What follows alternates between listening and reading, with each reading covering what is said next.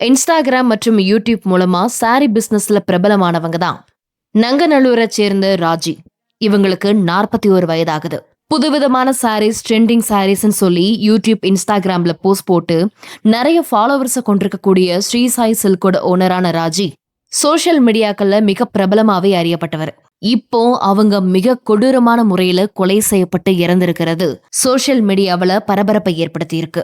Chennai நங்கநல்லூர்ல Sri Sai silk அப்படிங்கிற கடையை நடத்திட்டு வந்தது மட்டும் இல்லாம ஆன்லைன் ஷாப்பிங்ல மிகவும் கொடிகட்டி பறந்துட்டு வந்தாங்க. இவங்களுக்கு 2 மகன்கள் இருக்கிறதா சொல்லப்படுது.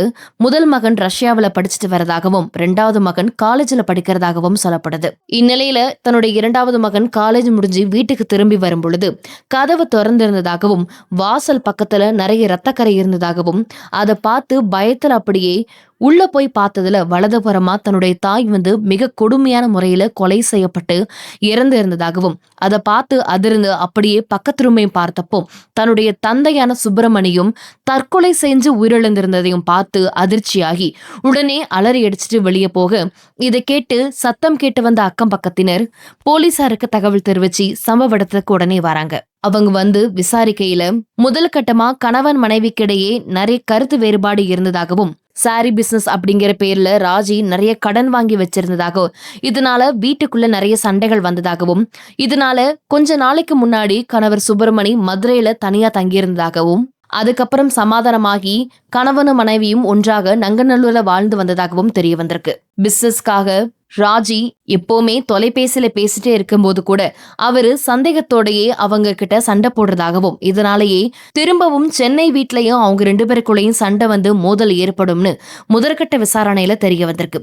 அது போல ஒரு சண்டையில தான் கணவர் சுப்பிரமணி ராஜிய கொலை செஞ்சிருக்கலாம். அவர் கொலை செஞ்சுட்டு பயத்துல இவரும் தற்கொலை செஞ்சு உயிரிழந்திருக்கலாம் அப்படிங்கிறது போலீசாருடைய முதற்கட்ட விசாரணையில தெரிய வந்திருக்கு. ஆனா அதே சமயம் வீட்டோட மெயின் டோர் ஓபன்ல இருந்ததால ஒருவேளை 3வது நபர் யாராவது வந்திருக்கலாம், அவங்க ஒருவேளை கொலை செஞ்சிருக்கலாம் அப்படிங்கிற சந்தேகத்தின் அடிப்படையிலையும் போலீசார் இப்ப விசாரணைய தொடங்கி இருக்கிறாங்க. யூடியூப், இன்ஸ்டாகிராம் மூலமா தன்னுடைய பிசினஸ மிக பிரபலமா கொண்டு போனவங்க இந்த ஸ்ரீ சாய் சில்கோட ஓனரான ராஜி. இவங்களுக்கு இப்படி ஒரு முடிவு ஏற்பட்டிருக்கிறது பலராலையும் தாங்கிக்கிட முடியல, அதிர்ச்சியும் ஏற்படுத்தி இருக்கு.